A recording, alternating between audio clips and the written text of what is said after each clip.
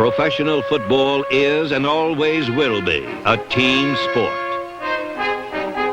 But in a contest with 22 skilled and powerful players on the field, one exceptional man can still control a team's destiny. One of these special players was the U.S. Navy's most valuable player in 1982.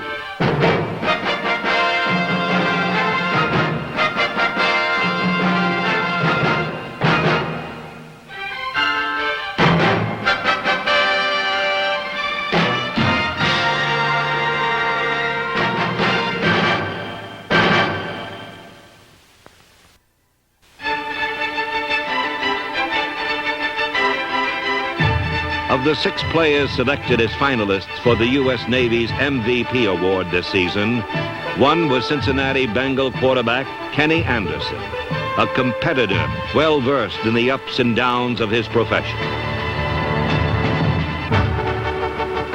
The Navy's co-MVP a year earlier, Anderson demonstrated that there was nothing artificial about that achievement by rewriting the NFL record books in 1982. At the season's end, number 14 broke the legendary Sammy Baugh 37-year-old record for pass completion percentage in one season with an amazing 70.60% accuracy rate.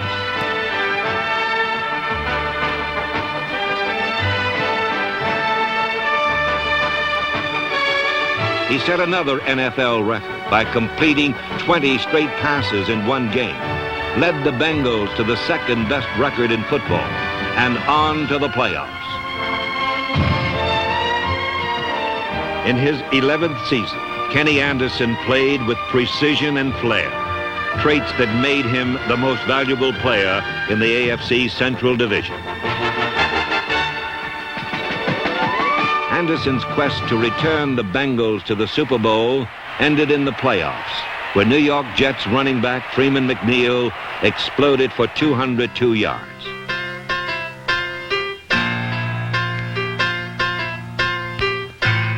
This was the second highest rushing total in playoff history.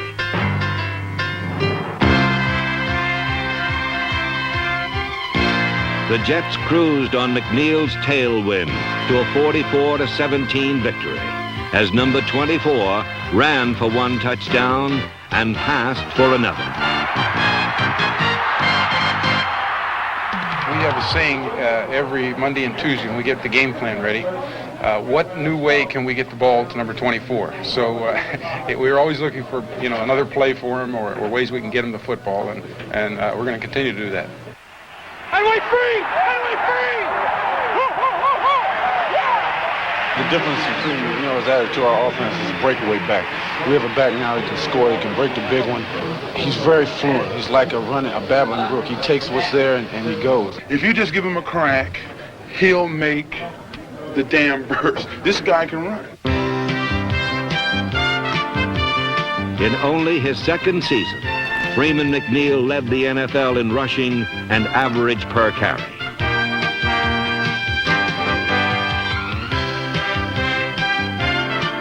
New York finished the season in the AFC Championship, an achievement that led back to the many skills of Steeman Freeman McNeil, MVP of the AFC East. Freeman is, right now, I'd say he's one of the best backs, if not the best back in the NFL. Some will argue that the best back in football plays in the NFC West and wears number 31 for the Atlanta Falcons. William Andrews, in my opinion, is probably the most complete back in professional football. There are other backs in the league who may be better runners or better blockers or better receivers, but there is none who can do all of the things that Williams can do. He is a devastating blocker, a great pass receiver, an explosive runner, runs with great power and balance. He literally can do it all.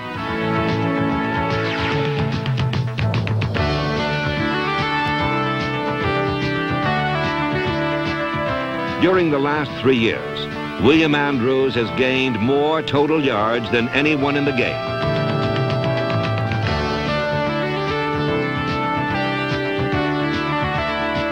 Despite this, he is hardly a household name. I don't think many people know who I am today anyway, because of the fact that I've been in the league for 4 years, and I don't know. I don't think they think I'm a valid football player as yet. In 1982, his 86-yard catch and carry against Denver was the NFL's longest touchdown pass. He also led the NFC in total offense, playing with an unmatched passion for victory. What's inside of my heart is the desire to win, the desire to be the best at my position. I think I'm a player that has a lot more desire than others to excel. I like the idea of conquering somebody. I like the idea of having a conquest, and whatever means it takes, I'll go after that. If the bitter will to win could be bundled up and set on legs, it would look like William Andrews, the most valuable player in the NFC West.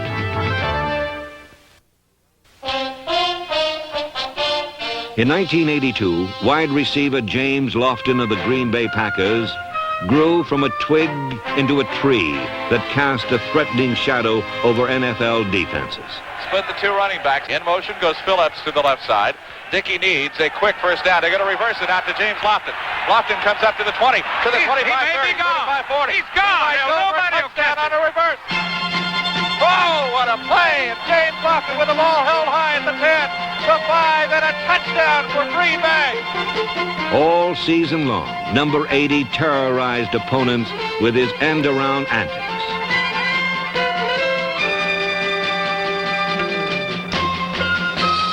Lofton's skills have opened up the Packers' offense, and many consider him to be the finest athlete in the game today. I always like to think of myself as a subtle elegance, not overstated, not understated, but, you know, pretty contemporary. And I think the type of receiver I am fits into the game very well today.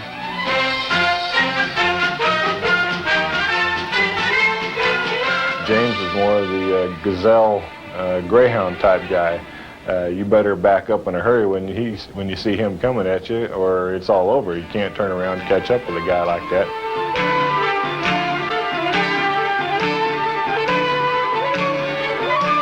But also, he has the ability to come over the middle and makes all the very difficult catches, hangs on to the football, makes a big play for us.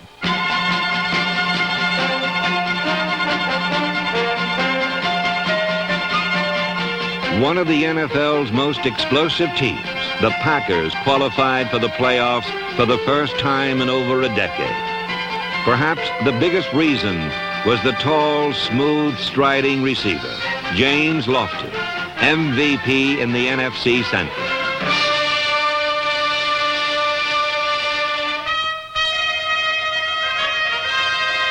When the Raiders moved into the Los Angeles Coliseum, they drafted the USC Heisman Trophy winner who had just gained more than 2,000 yards running on this fabled turf. His name was Marcus Allen. Pro scouts had proclaimed that he lacked superstar speed. But with the Raiders, number 32 showed that he simply knew how to run, and proved it by gaining more total yards than anyone in football.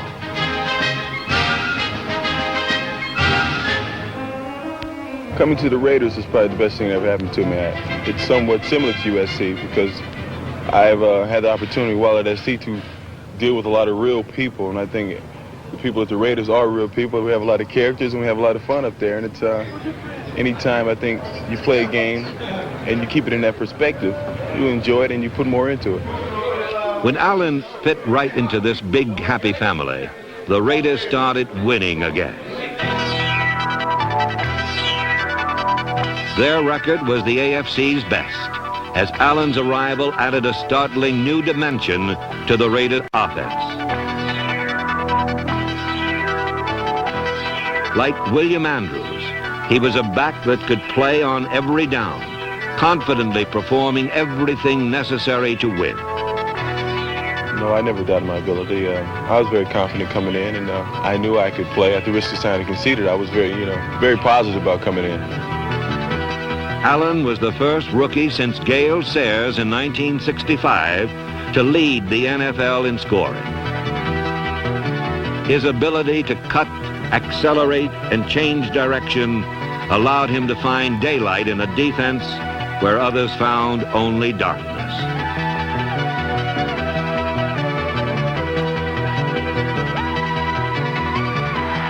This elusive Raider was the NFL's Rookie of the Year. Gives it to Allen, racing to the left at the 10, the 5. He darts into the end zone. Touchdown Raiders! Holy Toledo, this is a crazy season. It's meant everything for this team. We're in the playoffs now. We wasn't in the playoffs last year because we didn't have Marcus Allen. The man who made the difference and the MVP in the AFC West. In 1982, no player was more valuable than John Riggins, fullback for the Washington Redskins. The ball sits at the Miami 42-yard line. 4th down and a foot. Yellow 41! Yellow 41! Motion by Goodyear. There's the snap, hand to Riggins. Good hold. He's got the first down to the 40. He's gone.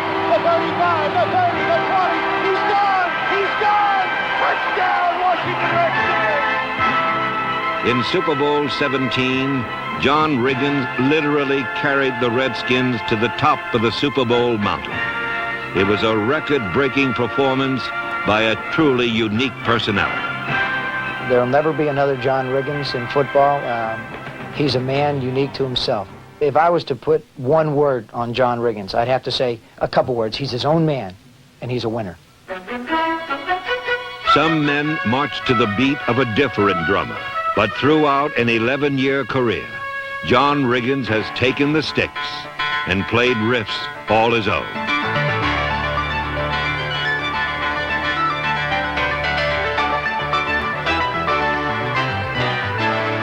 As the New York Jets' #1 draft choice in 1971, Big Number 44 was described by one NFL scout as a white Jimmy Brown. With sprinter speed, Riggins launched a frame that stood 6'2", 240 pounds. And when he wanted to, this bullish fullback could turn a defense into a china shop.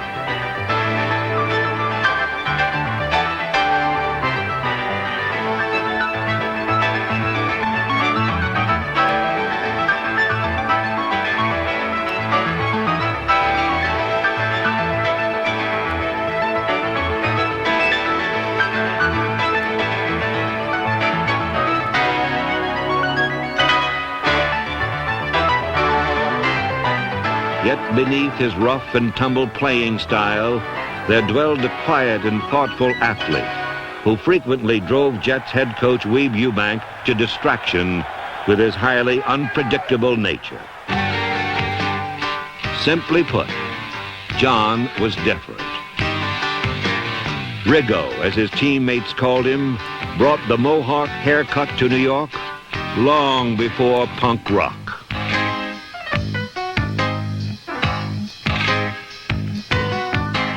His many looks reflected the many moods of a Jet who had chosen to fly at a different altitude. His brooding individuality created a certain mystique that seemed to be at odds with a once glamorous team, now on its way down.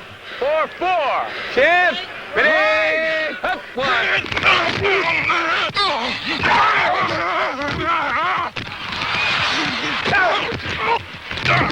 God dang it. In spite of his nonconformist image, John Riggins' will to win could be fierce. And when it surfaced, number 44 would fight with all of his considerable talent to satisfy his appetite for achievement.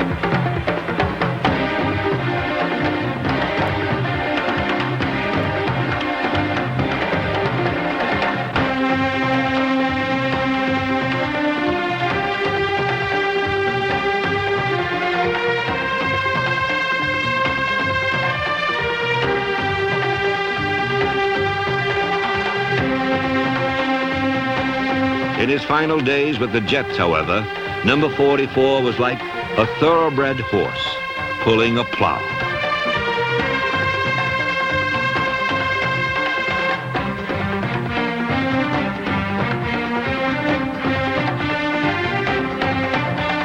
Finally, after his first 1,000-yard season in 1975, John did as one might expect of him. He played out his option at a time when few dared to do so, and signed a six-figure contract with the Washington Redskins. An expert in handling characters, George Allen chose to utilize another facet of John's exceptional talent, his ability to block.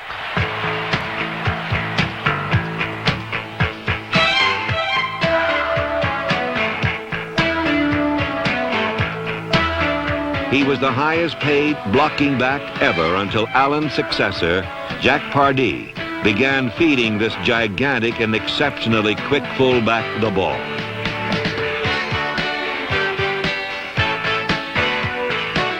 Riggins gobbled up back-to-back 1,000-yard seasons, and in 1979, he carried the Redskins to within one game of the Eastern Division Championship.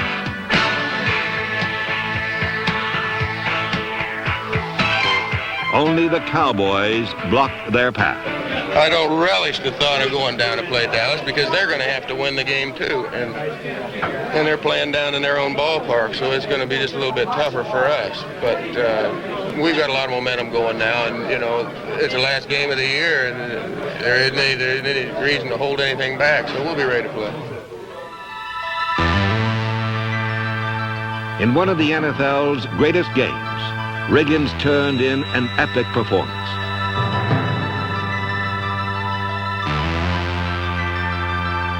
Yet, in spite of his 151 rushing yards and 2 touchdowns, the Redskins lost 35-34, a blow that crushed Washington's playoff hopes. Perhaps worse, it completely demoralized John Riggins. Though he had just finished his best season ever, at the age of 31, John unexpectedly retired and spent 1980 on his farm in Kansas.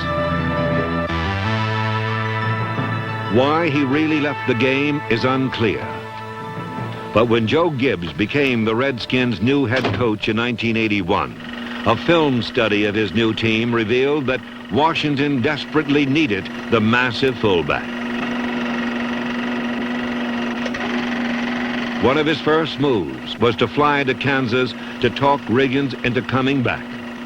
A year away from the game had rekindled the flames. And when the 81 season opened, Redskin fans and teammates welcomed back the NFL's most unusual personnel. Actually, the most unique thing about John is you never know what he's going to be dressed up in next. One day it could be fatigues. The next day it could be a Mohican. The next day he could have no hair. The next day he may have curly hair. The next day he may have a goatee. With John, it's sort of like living with a wife who changes her hairstyle all the time. You know it's the same person, but it always looks different. In 1982, Riggo continued to prove that looks can be deceiving.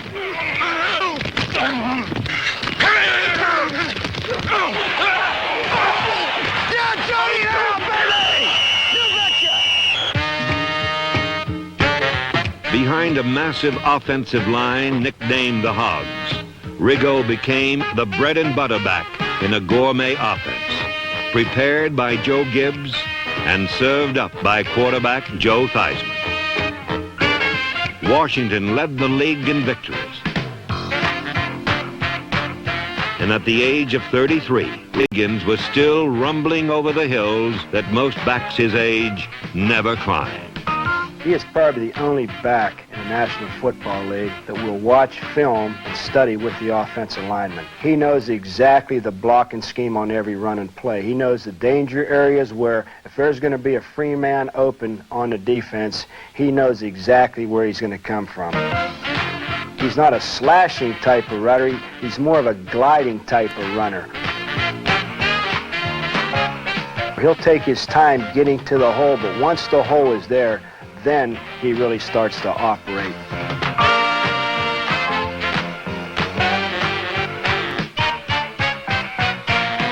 Riggins averaged 22 carries per game during the regular season, a career high.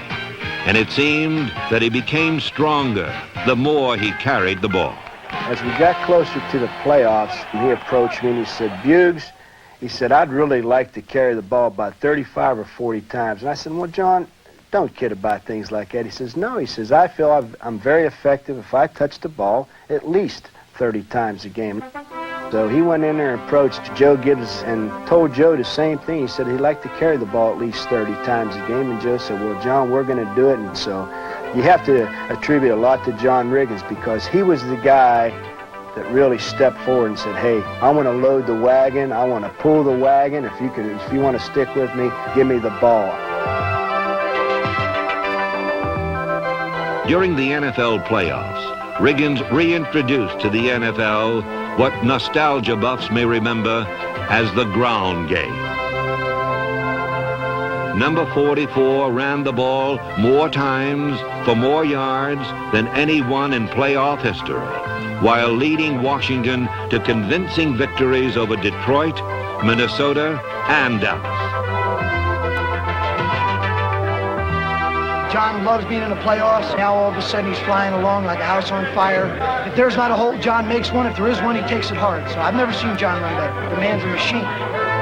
By Super Bowl 17, this machine was almost unstoppable. His record 38 carries for 166 yards propelled Washington to the World Championship. It was another remarkable feat by the remarkable John Riggins, the U.S. Navy's most valuable player in 1982.